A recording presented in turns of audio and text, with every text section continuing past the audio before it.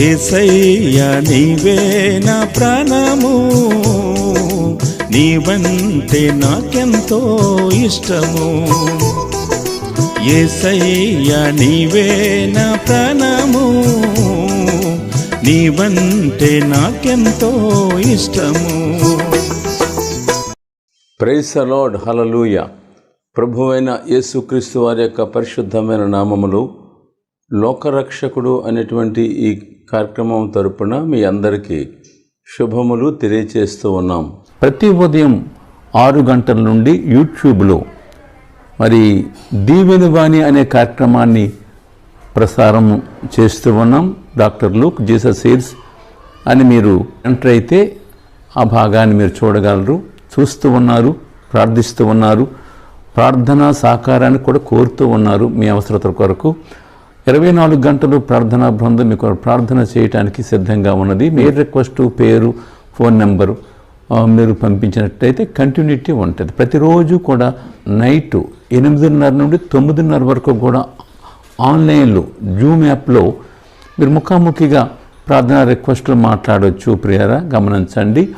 అంత మాత్రమే కాదు, ప్రార్థనా బృందం మనకు సంఘం కొరకు, సేవ కొరకు, రాష్ట్రం కొరకు, దేశం కొరకు, ప్రపంచం కొరకు, ఎదురైన విపత్తుల కొరకు, మరి దీనస్థితిలో ఉన్నవారి కొరకు భారముతో ప్రార్థన జరుగుతుంది. అందువల్ల మరి మీరందరూ ప్రార్థనల వల్లే ఈ పరిచర్య ముందుకు వెళుతుంది. అందుని బట్టి మీ అందరికీ మా యొక్క హృదయపూర్వక వందనాలు. ఇది నాని ధ్యానాంశం చూచుచున్న దేవుడు. ఆదికాండం 16వ అధ్యాయం 13వ వచనాన్ని మనం చదువుదాం. చూచుచున్న దేవుడవు నీవే అను పేరు తనతో మాట్లాడిన యెహోవాకు పెట్టెను. ఎలయనగా నన్ను చూచిన వానిని నేనిక్కడ చూచి తిని కదా అని అనుకొనెను.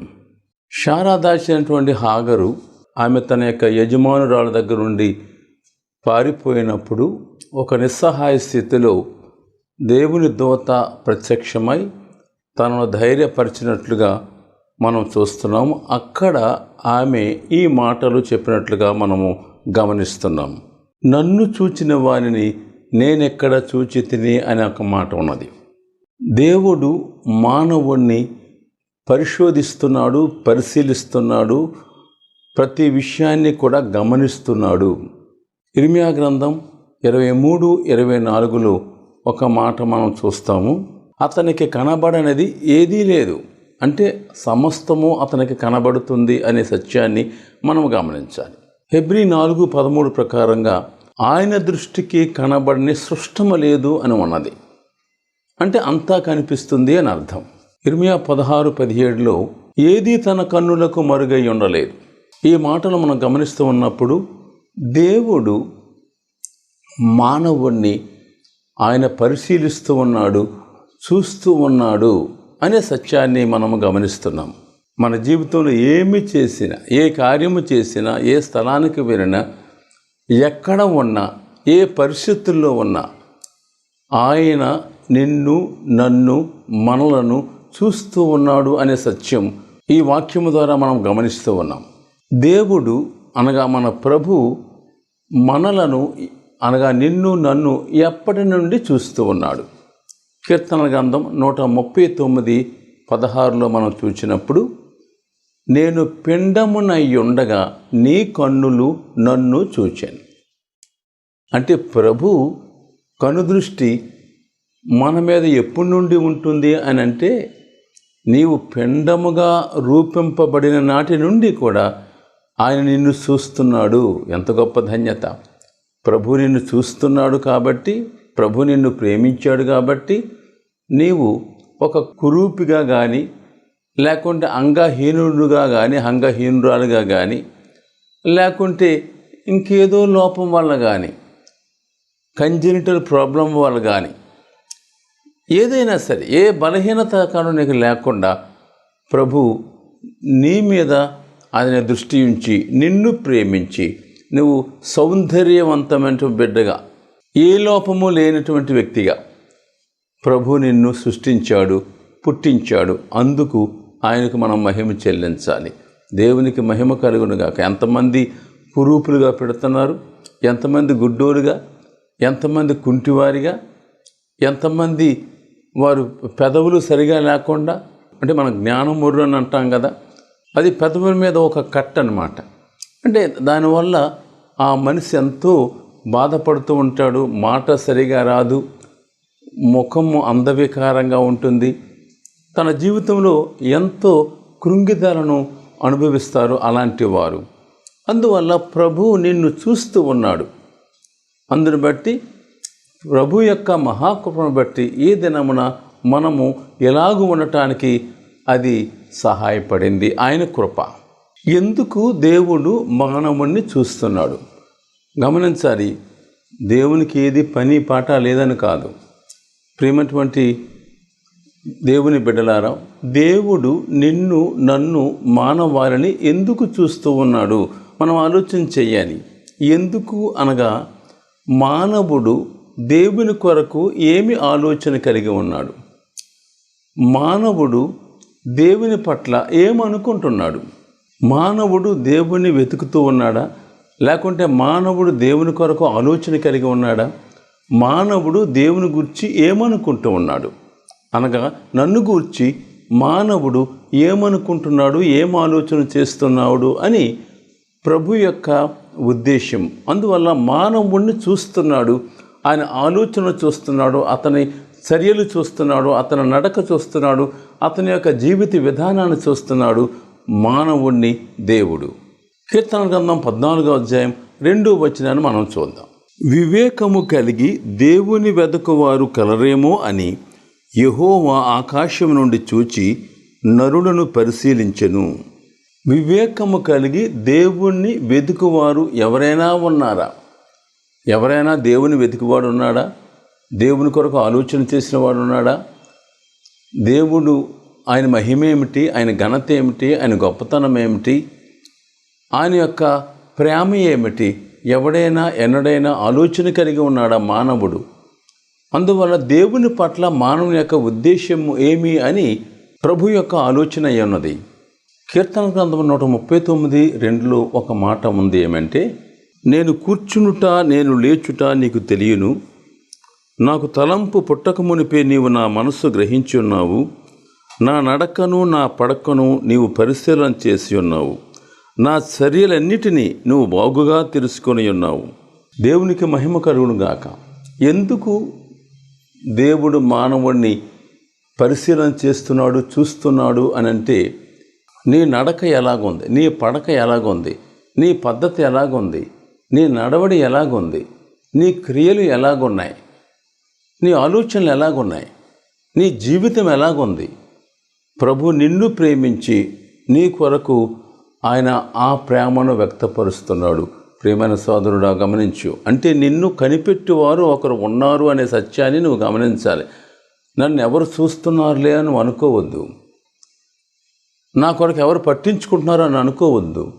నేను ఒక్కడనే ఉన్నాను కాబట్టి, నేను ఒక్కతనే ఉన్నాను కాబట్టి నేను ఏమి చేసినా పర్వాలేదు, ఏం మాట్లాడినా పర్వాలేదు, ఏ పాపము చేసినా పర్వాలేదు, లేదా ఏది దొంగిలించినా పర్వాలేదు, ఎలాంటి అకృత్యం చేసినా పర్వాలేదు, ఎవరో చూడలేదు అని అనుకుంటున్నావు. కానీ చూచుచున్న దేవుడు మన చర్యలను చూస్తూ ఉన్నాడు.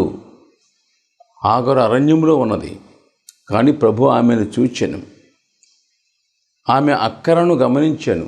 ఆ సమయమందు ఆమెకు మంచి సలహా ఇచ్చి ప్రభు ఆమెను దర్శించినట్లుగా మనం చూస్తున్నాం. ఆదికాండం 6:12 వచనం ప్రకారముగా దేవుడు భూలోకమును చూచినప్పుడు అది చెడిపోయి ఉండెను అని ఉన్నది. అంటే భూమి అనగా భూమి మీద ఉన్నటువంటి మనుష్యుడు. అందువల్ల దేవుడు చూచినప్పుడు మనుషుడు ఎలాగున్నాడు అంటే చెడిపోయినటువంటి, పాడైపోయినటువంటి పరిస్థితుల్లో ఉన్నాడు. అనగా నువ్వు పతనమైన స్థితిలో ఉన్నావు, అంటే నిష్ప్రయోజకరమైన స్థితిలో ఉన్నట్లుగా మనము వాక్యాన్ని బట్టి మనం అర్థం చేసుకుంటూ ఉన్నాం. అందువల్ల మనం చదువుకున్నట్లుగా వివేకము కలిగి దేవుణ్ణి వెతుకువాడు కలడేమో అని దేవుడు మానవుణ్ణి చూస్తూ ఉన్నాడు. అంటే దేవుని పట్ల మానవుని యొక్క అభిప్రాయం ఏమి? దేవుణ్ణి మానవుడు ఏ విధముగా అర్థం చేసుకున్నాడు? దేవునికి మానవుడు ఎలాంటి గౌరవాన్ని ఇస్తున్నాడు, ఎలాంటి ఘనతనిస్తున్నాడు? దేవుడు ఎలాగ మానవుల ద్వారా ఆ యొక్క మహిమ తీసుకోవాలని అనుకుంటున్నాడు? ప్రియమైనటువంటి బిడ్డలారా గమనించండి. అందువల్ల ఆలోచన చేస్తున్నాము ఏమి అని అంటే, మానవుడు దేవుని గూర్చి ఎలాంటి అభిప్రాయము కలిగి ఉన్నాడు? నిర్గమకాండం 5వ అధ్యాయం 1-2 వచనాలు మనం చదువుదాం. మోషే అహరోనులు వచ్చి ఫరోను చూచి, ఇశ్రాయేలుల దేవుడైన యెహోవా అరణ్యములో నాకు ఉత్సవము చేయుటకు నా జనమును పోనిమ్మని ఆజ్ఞాపించుచున్నాడు అనిరి. ఫరో, నేను అతని మాట విని ఇశ్రాయేలీయులను పోనిచ్చుటకు యెహోవా ఎవడు? నేను యెహోవాను ఎరుగను, ఇశ్రాయేలీయులను పోనీయను అనెను. ప్రేమటువంటి బిడ్డలారా గమనించండి. మోషే అహరోనులు వెళ్ళి దేవుని ప్రజలను వారు దేవుని ఆరాధించడానికి వారిని పోనిమ్మని అడిగినప్పుడు ఆ మాటను బట్టి నేను చేయటానికి, ఆ మాటను బట్టి నేను వీళ్ళని పంపించడానికి యెహోవా ఎవడు? ఎంత భయంకరమైనటువంటి మాట ఫరో నోటి నుండి మనం వింటున్నాం. ఆదికాండం 41వ అధ్యాయం 40వ వచనం నుండి కొన్ని మాటలు మనం చూద్దాం. నీవు నా ఇంటికి అధికారివై ఉండవలను, నా ప్రజలందరూ నీకు విధేయులయ్యుందురు. సింహాసన విషయంలో మాత్రమే నేను నీకంటే పైవాడనై ఉందునని యోసేపుతో చెప్పెను. మరియు ఫరో, చూడుము, ఐగుప్తు దేశమంతటి మీద నిన్ను నియమించి ఉన్నానని యోసేపుతో చెప్పెను. మరియు ఫరో తన చేతినున్న తన ఉంగరము తీసి యోసేపు చేతికి పెట్టి సన్నపు నారబట్టలు అతనికి తొడిగించి అతని మెడకు బంగారు గొలుసు వేసి తన 2వ రథం మీద అతన్ని ఎక్కించెను. అప్పుడు వందనము చేయుడని అతని ముందర జనులు కేకలు వేసిరి. అట్లు ఐగుప్తు దేశమంతటి మీద అతను నియమించెను. మరియు ఫరో యోసేపుతో, ఫరోను నేనే, అయినను నీ సెలవు లేక ఐగుప్తు దేశమంతటను ఏ మనుష్యుడును తన చేతినైనను కాలినైనను ఎత్తకూడదు అని చెప్పాను. యోసేపు యొక్క దినాలలో ఫరో అతనికిచ్చినటువంటి ఘనత, అతనికిచ్చినటువంటి గౌరవాన్ని మనము చదవబడినటువంటి వాక్యంలో మనం చూచాం. ఎందుకు అంటే దేవుని యొక్క మహిమ, దేవుని యొక్క గొప్పతనాన్ని యోసేపులో ఫరో చూచాడు కాబట్టి అంతగా అతన్ని గౌరవించినట్లుగా, అంతగా యోసేపుని బట్టి ఆ దేశము ధన్యత పొందినట్లుగా మనము గమనించగలుగుతున్నాం. అందును బట్టి అలాంటి స్థితిలో, అనగా యోసేపు దినాలలో అతనికి వచ్చిన ఘనతను బట్టి దేవుణ్ణి ఎంతగా అతడు ఘనపరిచాడో, దేవుని యొక్క మహిమేమిటో, ఘనత ఏమిటో, గొప్పతనమేమిటో అతడు అర్థం చేసుకోగలిగినాడు. అందుకొరకు దేవుణ్ణి బట్టి యోసేపుకి అంత ఘనత ఇచ్చినట్లుగా మనకు అర్థమవుతుంది. ఇప్పుడు మోషే కాలంలో మనం చూసినప్పుడు తన ప్రజలను ఆరాధించడానికి పంపవలసి ఉన్నది అని అడిగినప్పుడు అతని మాట చొప్పున నేను చేయటానికి యెహోవా ఎవడు అని చెప్తున్నాడు అని అంటే అది ఎంత భయంకరమైనటువంటి మాటగా ఉన్నది. అంటే మానవుడు దేవుణ్ణి ఖాతర చేయలేనట్టుగా మనకు అనిపిస్తుంది. దేవుణ్ణి ఎలాగైతే అలాగా దూషించడానికి, ఎలాగైతే అలాగా తిరస్కరించడానికి వాడు ఏమాత్రము భయపడట్లేదు అని ఈ ఫరో ఒక ఉదాహరణగా మనకు కనిపిస్తూ ఉన్నాడు. అంటే మానవుని యొక్క స్థితి అలాగున్నది. దేవుని యొక్క గొప్పతనాన్ని తెలిసి కూడా మానవుడు దేవుని ఖాతర చేయట్లేదు. మానవుడు దేవుణ్ణి నిర్లక్ష్యం చేస్తున్నాడు. ఎలాగంటే అలా మాట్లాడుతున్నాడు. అది ఎంత విచారకరమైన విషయం. అందువల్ల వివేకము కలిగి దేవుణ్ణి వెతకువారు కలరేమో అని దేవుడు మానవుణ్ణి వెతుకుతూ ఉన్నాడు, పరిశీలిస్తూ ఉన్నాడు, కనిపెడుతూ ఉన్నాడు. కానీ ఇక్కడ ఫరో దేవుని సంబోధించిన విధానాన్ని మనం చూస్తే ఎంత భయము విడిచి ఎంత అగౌరవంగా తోలనాడినట్లుగా మాట్లాడినట్టుగా ఉన్నది. ఏదో మాట విని ఈ ప్రజలను నేను పంపించడానికి వారు అనుకున్న స్థలానికి యెహోవా ఎవడు? ఎంత ధైర్యం ఉండాలి ఆ మాట చెప్పాలి అని అంటే మానవుడు దేవుణ్ణి ఎంత చులకనగా మాట్లాడుతూ ఉన్నాడు. ఖాతరు చేయలేనట్టుగా మాటలు. ప్రియమైన సోదరి సోదరుడా, నీవెలా మాట్లాడుతున్నావు? ప్రభువుని గూర్చి, దేవుని గూర్చి భయము విడిచి మాట్లాడుతున్నావా? భయం లేకుండా మాట్లాడుతున్నావా? నీ ఇష్టం వచ్చినట్లుగా మాట్లాడుతున్నావా? చులకనగా మాట్లాడుతున్నావా? ఎలా మాట్లాడుతున్నావు నీవు దేవుని గూర్చి లేదా ప్రభువుని గూర్చి?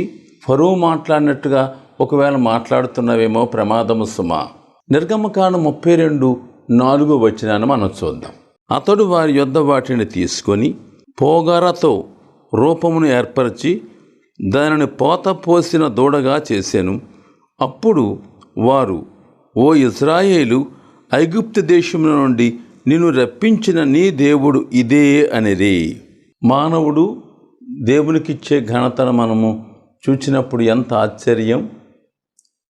ఇశ్రాయేలులు ఐగుప్తు నుండి వచ్చి మోషే దేవుని సన్నిధిలో దేవుడిచ్చినటువంటి ఆ ఆజ్ఞలను తీసుకొని రావటానికి ప్రభు సన్నిధిలో కనిపెట్టేటువంటి ఈ సమయంలో వారు వారి దగ్గర ఉన్నటువంటి బంగారు ఆభరణములతో ఒక విగ్రహము, దూడాకారముతో చేసిన విగ్రహమును చేసి అక్కడ వారు చెప్తున్నటువంటి మాట ఏమంటే, ఓ ఇశ్రాయేలు, ఐగుప్తు దేశం నుండి నిన్ను రప్పించినటువంటి దేవుడు ఇదే.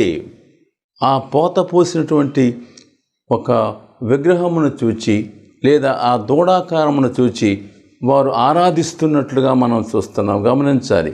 అంటే మానవుడు ఏమనుకుంటున్నాడు దేవుని? నువ్వేదో అనుకొని ఏదో చేసి నీ సొంత ఉద్దేశాలతో నీ సొంత తలంపుతో దేవుడు ఎలా ఉంటాడని నువ్వు అనుకుంటున్నావు. అది ఎంత పొరపాటు. నువ్వు అనుకుంటున్నట్టుగా దేవుడు ఉంటాడా? నువ్వేదో అనుకుని ఒక ఇమేజ్ తయారు చేసావు. అయితే ఆ విధంగా ప్రభు ఆ ఇమేజ్ ద్వారా మహిమ తీసుకోవాలని అని అనుకుంటున్నాడా? ఎంత పొరపాటు. దానికి దేవుడు ఎంత కోపగించినట్లుగా, ఎంత ఆ పాపము చేసినటువంటి వారి మీద ఉగ్రుడైనట్లుగా మనం చూస్తున్నాం. ఫరో యొక్క మాట వైఖరి చూస్తే ఎంత భయంకరంగా ఉన్నదో మనం చూచాం. ఇక్కడ ఇశ్రాయేలు యొక్క ఆరాధన పద్ధతి చూస్తే అది కూడా దేవునికి విరోధమైన పద్ధతిని మనము గమనిస్తున్నాం.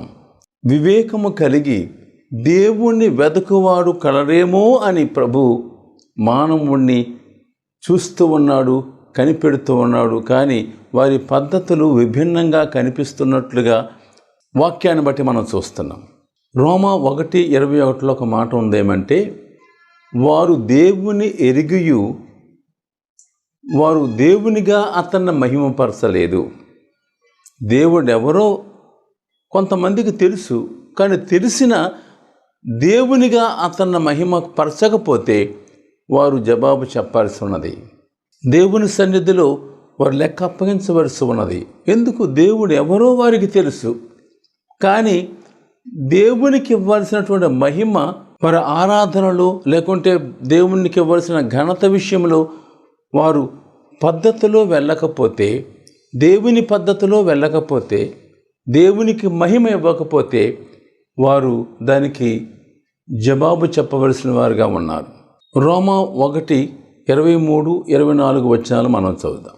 వారు అక్షయుడగు దేవుని మహిమను క్షయమగు మనుషుల యొక్కయు పక్షుల యొక్కయు చతుష్పద జంతువుల యొక్కయు పురుగుల యొక్కయు ప్రతిమా స్వరూపముగా మార్చిరి.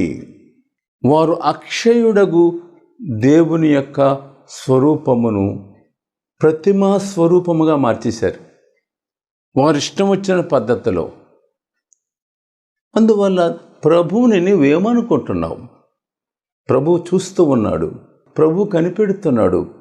అందువల్ల ప్రియమైనటువంటి సోదరి సోదరుడా, నీవు ప్రభు సన్నిధిలో బహు జాగ్రత్త కలిగి అతని పట్ల మనము అడుగు వేయాలి. కీర్తన గ్రంథం 78:17 ఒక మాట ఉంది. వారు ఆయనకు విరోధముగా ఇంకనూ పాపము చేయుచునే వచ్చిరి. అడవిలో మహోన్నతుని మీద తిరుగబడిరి. మానవుని యొక్క పరిస్థితి ఏమి అనంటే, దేవుడు ఎందుకు చూస్తున్నాడు, ఎవరైనా దేవుని వెతుకువారు ఉన్నారా అని కనిపెడుతున్నారు. అయితే మానవుని నుండి అతను చూసేది ఏమంటే, పాపము చేయుచునే వస్తున్నారు, ఇంకనూ పాపము చేస్తూ వస్తున్నారు. అంత మాత్రమే కాదు, మహోన్నతుని మీద తిరుగుబాటు చేస్తున్నారు. తిరుగుబాటు చేసేటువంటి జనం దేవుని మీదే తిరుగుబడుతున్నాడు మానవుడు. ఇంకేమి చెప్పాలి? అందువల్ల మానవుని యొక్క స్థితి ఏమిటి, మానవుని యొక్క పరిస్థితి ఏమిటి, మానవుని యొక్క ఆలోచన ఏమిటి, మానవుని యొక్క జీవిత విధానం ఏమిటి, మానవుని యొక్క ఆ ఉద్దేశం ఏమిటి దేవుని పట్ల అని దేవుడు ఆశతో మానవుని పట్ల చూస్తే ఎదురైనటువంటి అనుభవాలు ఇవి. యెహోవా ఎవడని ఒకడు చెప్తున్నాడు. తను అనుకున్న పద్ధతిలో ఒక పోత పోసిన విగ్రహమును చూచి, ఓ ఇజ్రాయేలు, నువ్వే కదా మమ్మల్ని ఐగుప్తు నుండి తీసుకొచ్చావు, ప్రతిభతో మాట్లాడుతున్నాడు. అక్షయుడకు దేవుని రూపాన్ని ఒక ప్రతిమా స్వరూపానికి మార్చేస్తూ ఉన్నాడు. అంత మాత్రమే కాదు, తిరుగుబడుతున్నాడు. మహోన్నతుని మీదే తిరుగుబడుతున్నాడు మానవుడు. మనకెంత ధైర్యం ఉండాలి? నువ్వు దేవుని మీద తిరగబడగలవా? నువ్వు అనుకున్న పని అవ్వలేదు. దాన్ని బట్టి దేవుని మీద తిరుగుబడేవారు, దేవుని మీద సరిగేవారు, దేవుని మీద గొనిగేవారు కూడా లేకపోలేదు. అందువల్ల ఆయన చూస్తున్నాడు, సుమా, నువ్వు తిరుగుబడగలవా? ఎంతకాలం మునికి వాళ్ళకు ఎదురు తిరగలవు? అతనికి వ్యతిరేకంగా నువ్వు నిలబడగలవా? ఏ పనైనా చేయగలవా? కీర్తనల గ్రంథం 16:4 యెహోవాను విడిచి వేరొకని అనుసరించు వారికి శ్రమలు విస్తరించును. ఇదొక కేటగిరీ.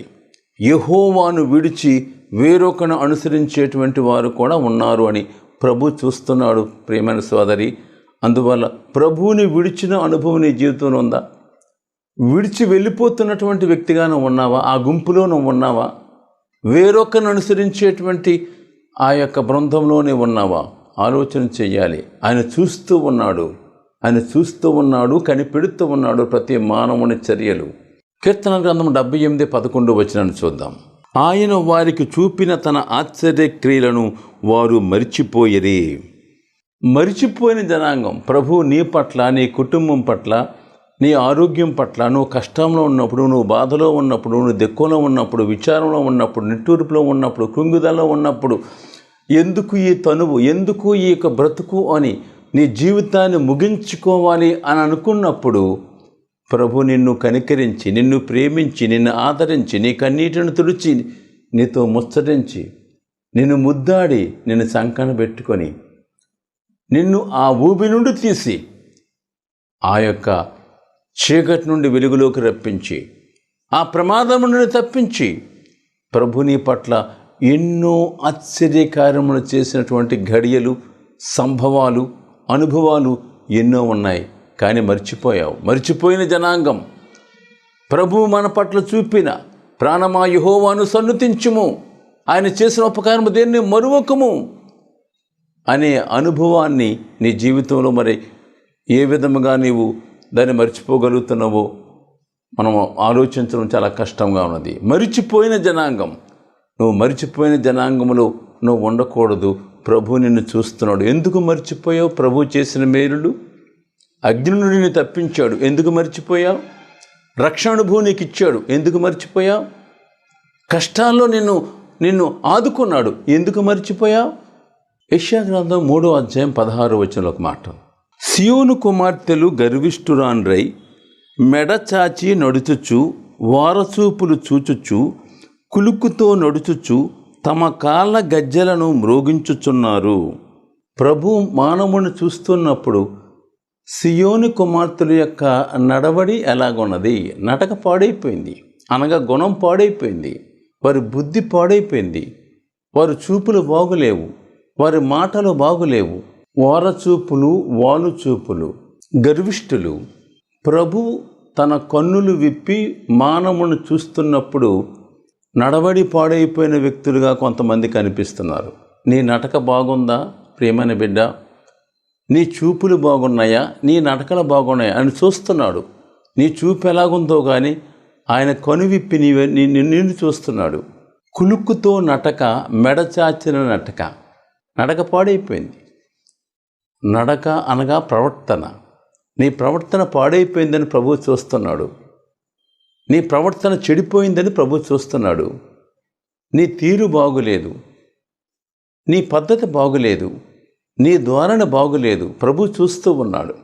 నటక పాడైపోయింది, నీ నటక పాడైపోయింది. దావీదు జీవితాన్ని మనం చూసినప్పుడు స్నానము చేయుచున్నటువంటి ఒక స్త్రీ కనపడింది.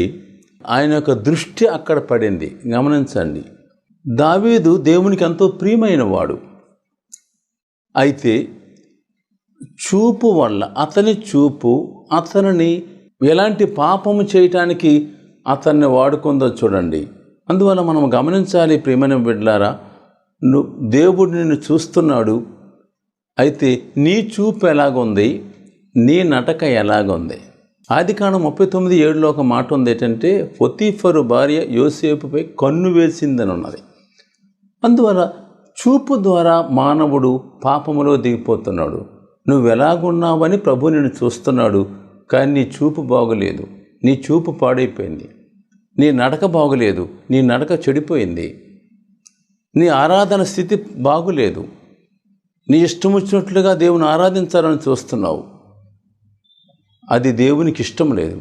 న్యాయాధిపతులు 16వ అధ్యాయంలో చూస్తే సంసోను గాజాలో వేశ్యను చూచినట్లుగా ఉంది, సోరేకులు దెలీలాను చూచినట్లుగా ఉన్నది. అంతే, అతని జీవితం పతనమైపోయింది. ప్రేమటువంటి బిడ్డలారా గమనించండి. అందువల్ల ప్రభు నీతో, నాతో, మనతో మాట్లాడుతున్నాడు. నీ చూపు జాగ్రత్త, నీ చూపు అటు ఇటు చూడక అని ఉంది. నువ్వు నిదానంగా చూడాలి. నీ చూపు ఎలాగుందో నువ్వు చూసుకోవాలి.